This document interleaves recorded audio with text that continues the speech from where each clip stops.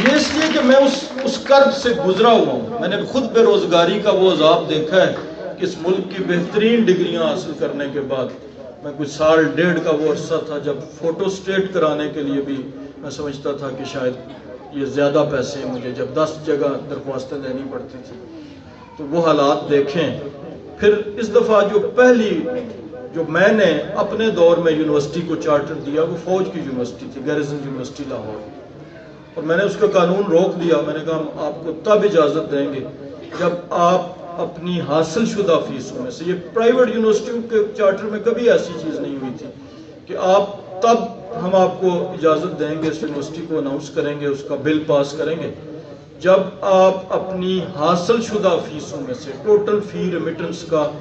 تناسب ایک آپ فائنینشیل اسسٹنس کی شکل میں ان بچوں کو ٹرانسفر کریں گے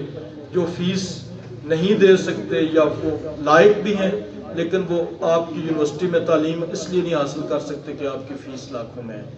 تو وہ کلاز ہم نے ڈالی. یہ گیریزن یونیورسٹی لاہور کا جس کو شک ہے وہ چارٹر اٹھا کے دیکھ لے، وہ بھی 2 ہفتے پہلے ہم نے پاس کی ہے. اس میں ہم نے ان سے 2% اپنی ٹوٹل جو فی کو جو کروڑوں اور اربوں میں ہوتی ہے سال میں حاصل کرتے ہیں اس کی 2% وہ لائق بچوں کے لیے. کیونکہ ان بچوں کا کیا قصور ہے؟ کل آپ جب یونیورسٹیوں میں جائیں گے، یہاں سے پڑھ کے کالجز میں جائیں گے، تو اگر آپ کا راستہ اس بنیاد پر رک جائے، آپ کسی پرائیویٹ یونیورسٹی میں داخلہ حاصل نہ کر سکیں کہ آپ کے پاس دینے کے لیے لاکھوں روپے کی فیس نہیں ہے، تو اس حوالے سے اس پہ بہت اعتراض ہوئے. بہت سے ہمارے کچھ سرکاری لوگوں نے بھی اعتراض کیا کہ اس سے پہلے کسی یونیورسٹی کو چارٹر دیتے ہوئے ہم نے یہ کام نہیں کیا. تو میں نے انہیں یہی کہا کہ اس سے پہلے اگر ہم نے کوئی اچھا کام نہیں کیا ہمیں اس دفعہ ہم نے یہ ابتدا کرنی ہے. تو اس یونیورسٹی کو چارٹر ہم نے اس وقت دیا جب اس نے ایک تو اپنے پورے حسابات حکومت کو دینے کی یقین دہانی کرائی،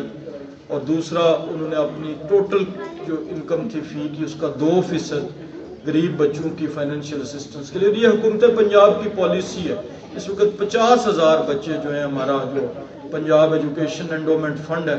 اس کی ذریعے تعلیم حاصل کر رہے ہیں. اس کی بھی بنیاد صرف لیاقت اور صرف مالی جو ضرورت ہے وہ ہے. اس میں کوئی اور اس کا کوئی معیار نہیں ہے کہ اگر بچہ لائق ہے اور بچہ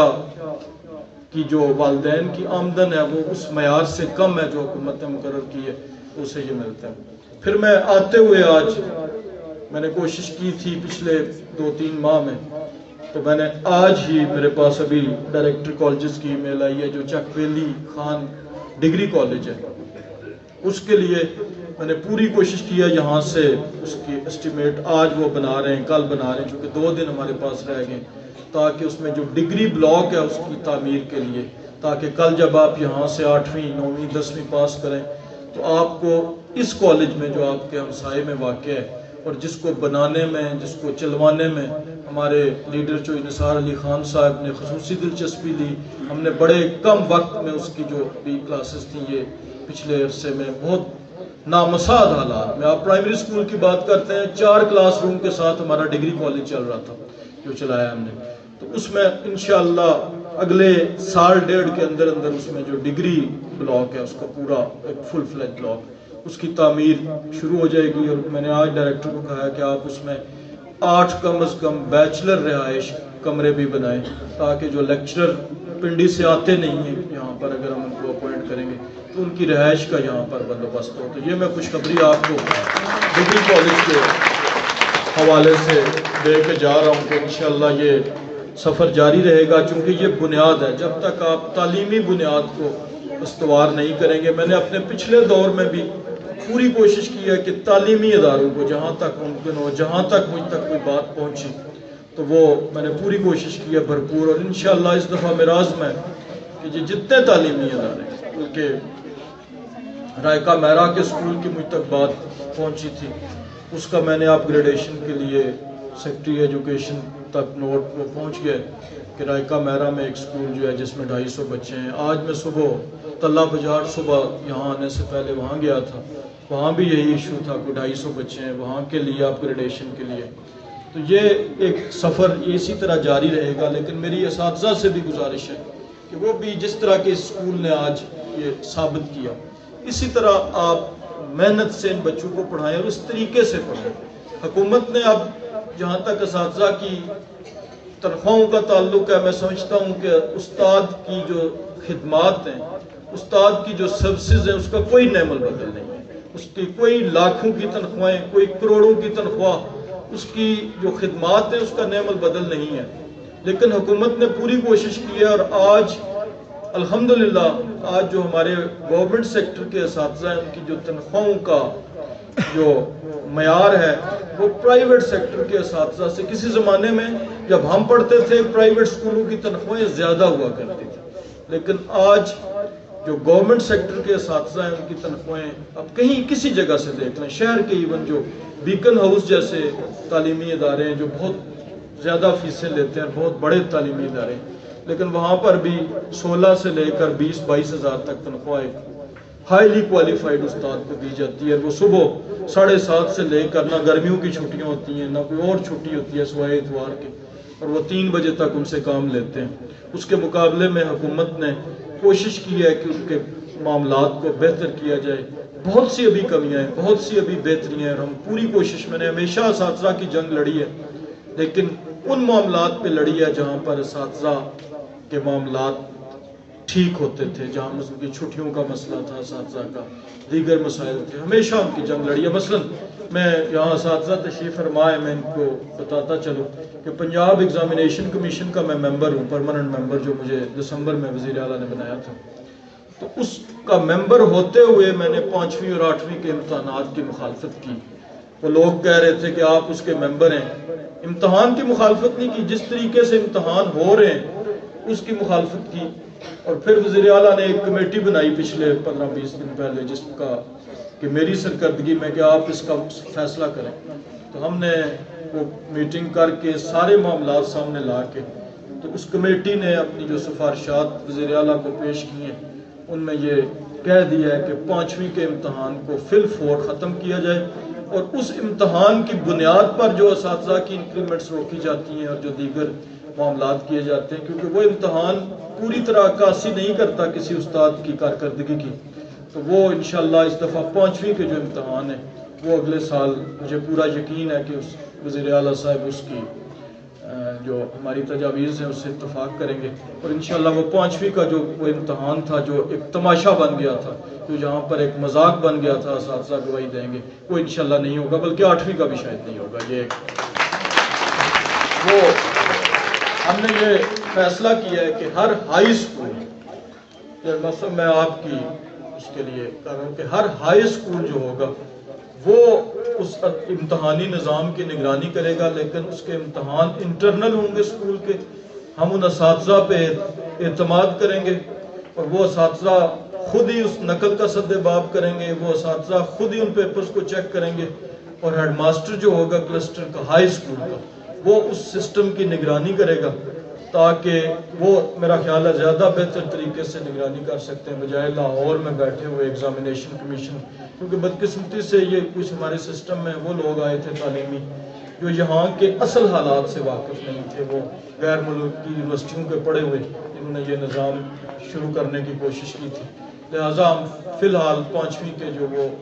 وہ والے امتحان ہیں وہ نہیں ہوں گے. ایگزامینیشن کمیشن صرف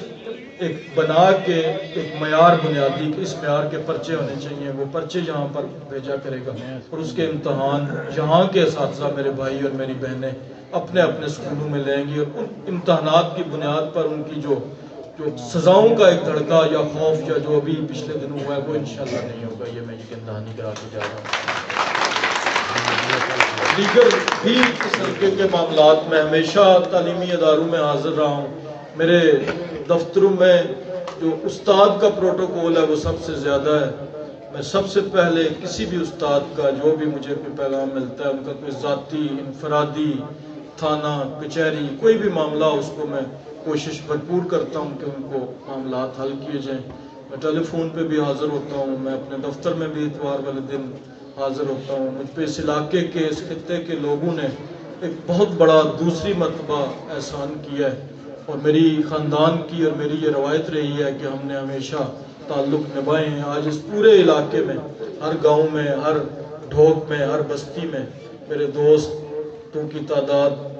مہربانوں کی تعداد زیادہ ہے اور وہ بڑھے گی، اور انشاءاللہ میں ایم پی اے رہوں یا نہ رہوں، میں سیاست میں ہوں یا نہ ہوں، میں انشاءاللہ ہمیشہ نہ صرف میں بلکہ میرا خاندان، میری آنے والی نسلیں ان کا احسان مند رہیں گی۔ اور میں یہ خواہش رکھوں گا یہاں کے اساتذہ کو کہ میں انشاءاللہ یہاں کی، نہ صرف یہاں کی بلکہ دیگر اسکولوں کی بھی جہاں جہاں کی مجھ سے پہنچیں گی ان تک، میں ان کی پوری کوشش کروں گا کہ میں ان وسائل کی فراہمی، جو کچھ ہمارے پاس دستیاب وسائل ہیں، ظاہر ہے اگر میں کہوں کہ راتوں رات کیوں ہو جائے گا تو وہ تو بات نہیں، لیکن یہ گواہی دیں گے پورے علاقے کے تعلیمی ادارے کے جہاں جہاں میں نے کوئی بات کہی ہے میں نے اسے پورا کیا ہے، جہاں کیے ہوئے وعدوں کو بھی انشاءاللہ میں پورا کروں گا۔ ہم اس چک بیلی کے کالج کو انشاءاللہ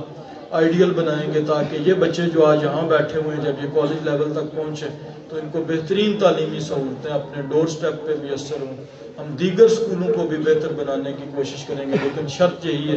کہ اساتذہ اور لوگ رابطہ رکھیں، وہ اپنے مسائل پر وقت طریقے سے پہنچائیں، تو انشاءاللہ میری طرف سے، میرے لیڈروں کی طرف سے، جو نثار علی خان نے ہمیشہ یہ کوشش کی اور ہمیں یہ بہت بڑا یہ اعزاز حاصل ہے کہ ہمارے علاقوں میں اس وقت پورے پنجاب میں کسی جگہ ترقیاتی کام نہیں ہو رہے، لیکن میں مانتا ہوں کہ یہ وہ اس معیار کے یا اتنے نہیں ہیں جتنے ہونے چاہیے یا جتنی ہماری ضرورت ہے، لیکن آج بھی ہمارے اس علاقے میں ترقیاتی کام کسی نہ کسی سٹیج پہ، کسی نہ کسی سٹینڈرڈ پہ جاری ہیں، اور وہ ہمارے صرف ایک اس لیڈر کی وجہ سے ہیں کہ جو نہ صرف باوجود مصروفیت پہ ہمیشہ انہوں نے مجھے یہی کہا ہے کہ آپ جو جائز مسائل ہیں، ترقیاتی مسائل، وہ مجھ تک پہنچائیں۔ انہوں نے لاہور میں یہ کہا ہوا ہے کہ جو میرے حلقے کے معاملات ہیں ان کو ترجیح دی جائے، اور الحمدللہ ہمارے معاملات کو حکومتی جو کارپردازان ہیں وہ ترجیح دیتے ہیں۔ اور پھر ہمارے لیے سب سے بڑی فخر کی بات یہ ہے کہ آج جہاں پر سیاستدانوں پہ مختلف قسم کے الزامات لگائے جاتے ہیں، آپ کے حلقے میں کم از کم کسی مخالف کو بھی یہ توفیق نہیں ہے، اور یہ صرف سرٹیفکیٹ یہاں سے نہیں، آپ جہلم سے جا کے پوچھیں، آپ مری سے جا کے پوچھیں، آپ پنڈی سے جا کے پوچھیں، الحمدللہ آپ کے حلقے کے لوگ، لیڈرز جو ہیں، آپ کے حلقے کے جو نمائندے ہیں، ان کے متعلق لوگ شاید 100 اور اعتراضات ضرور کریں، لیکن وہ یہ نہیں کہیں گے کہ خدا نخواستہ ان کے دامن پہ کوئی آلودگی ہے، خدا نخواستہ انہوں نے اس ملک کی کوئی جو وسائل ہیں اس میں کہ امانت میں خیانت کی ہے۔ میں اور جو نثار علی خان آپ کے اس حلقے میں ترقیاتی کاموں کے حوالے سے لگائی جانے والی ایک ایک اینٹ، وہ جو کرش بجری یوز ہوتی ہے، اس کے ایک ایک پتھر اور ریت کے اس ایک ایک ذرے کے لیے ہم نہ صرف آج آپ کے سامنے جواب دہ ہیں بلکہ انشاءاللہ قیامت کے دن بھی آپ کے سامنے جواب دہ ہوں گے، اس ملک کی عوام کے سامنے، آپ سب کے سامنے، کیونکہ یہ آپ کا پیسہ ہے۔ ہم بھرپور کوشش کرتے ہیں کہ آپ کا پیسہ آپ تک پہنچے۔ ہاں، ہمارے کسی دوست سے جو نگران کمیٹی بنتی ہے، اگر اس سے کہیں کسی جگہ سستی یا کوتاہی ترقیاتی کاموں کے حوالے سے ہو جاتی ہے تو وہ سب آپ سب کا فرض ہے کہ اس کو دیکھیں، سرکاری محکموں کی گوشمالی کریں، دیکھیں کہ وہ معیار جو جہاں پہ ترقیاتی کام ہوتا ہے اس کو اپنا سمجھ کے دیکھیں، جس طرح اپنے گھر میں ہم سیمنٹ پورا ڈلواتے ہیں اس کو دیکھیں اور اس ترقیاتی کاموں کی نگرانی کریں۔ اور اس کی میں مثال دوں گا کہ اسلامی تاریخ میں جو اسلام کی عمارت ہے اس کی جو بنیاد ہے، اس کی میں ایک واقعہ ایک چھوٹا سا آپ کو سناؤں گا۔ یہ میں نے کچھ اور تعلیمی اداروں میں بھی سنایا تھا کہ جب نبی پاک صلی اللہ علیہ وسلم پر وحی نازل ہونے کے بعد جب یہ کچھ عرصے بعد حکم ہوا کہ آپ اعلانیہ اپنی نبوت کا اعلان کریں، سب کو بتائیں کھل کے، تو انہوں نے جب پہلی دفعہ قریش کے لوگوں کو، اپنے اہل کنبہ کو اکٹھا کیا تھا تو انہوں نے سب سے پہلی جب گفتگو شروع کی تو انہوں نے ان سے ایک سوال کیا تھا کہ لوگوں، اگر میں تمہیں کہوں کہ اس پہاڑ کے پیچھے ایک لشکر ہے جو ابھی تم پر حملہ کر کے تمہیں تباہ و برباد کر دے گا تو کیا تم اس بات پر یقین کر لو گے؟ تو سب نے،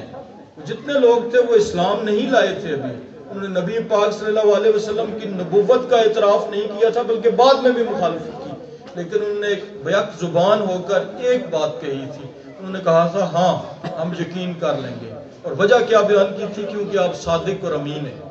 یہ دو کیریکٹرسٹکس، یہ دو لوازمات بنیادی ہیں نمائندگی کے لیے چاہے وہ اسکول مینجمنٹ کمیٹی کی نمائندگی ہے، چاہے وہ مسجد کے خزانچی جو کمیٹی ہے اس کی نمائندگی ہے، چاہے وہ آپ کے حلقے کے لیے کسی کونسلر ناظم یا نائب ناظم کا انتخاب ہے یا M N A M P A کا انتخاب ہے، تو میں یہ بھی گزارش کروں گا کہ اگر آپ ان دو بنیادی اصولوں کو مد نظر رکھ کر چھان پھٹک کر کے کسی کا ذریعہ معاش دیکھ کر اس لیڈر کا جس کو آپ انتخاب کرتے ہیں، تو جو بھی الیکشنز آئیں چاہے وہ بلدیاتی ہوں چاہے وہ قومی صوبائی ہوں، جب آپ اس چیز کا انتخاب کریں گے تو پھر پاکستان کو لمبے چوڑے مسائل کا سامنا نہیں کرنا پڑے گا۔ پارٹیاں بھی بہت اہم ہوتی ہیں، لیکن جب آپ افراد کا چناؤ کرتے ہوئے تعین کرتے ہوئے ان دو اسلامی اصولوں کو، صداقت اور امانت کے اسلامی اصولوں کو مد نظر رکھ کر اگر آپ کریں گے تو میرا خیال ہے کہ کوئی جو دنیا کی طاقت ہے وہ پاکستان کو ترقی کی راہ پر گامزن ہونے سے نہیں روک سکتی۔ پاکستانی سیاست کا سارا گند صرف ایک دن ووٹ ڈالنے والے دن صاف ہو سکتا ہے۔ ہم صرف وہ انتخاب کرتے وقت ذریعہ معاش نہیں دیکھتے، یہ وہ بنیادی چیز ہے کہ جب کسی جو کوئی سیاست پیشہ ورانہ انداز میں کرتا ہے اور اس لیے کرتا ہے کہ وہ سیاست کو استعمال کرے اپنے اثاثے بڑھانے کے لیے، اپنی دولت بڑھانے کے لیے، تو پھر یہ مسائل پیدا ہوتے ہیں۔ اگر ان دو چیزوں کو آپ مد نظر رکھیں تو پھر میرا خیال ہے کہ کوئی چیز، اور اس کے لیے بھی میں ایک مثال آپ کو، میں محل وقت زیادہ لے گیا ہوں، لیکن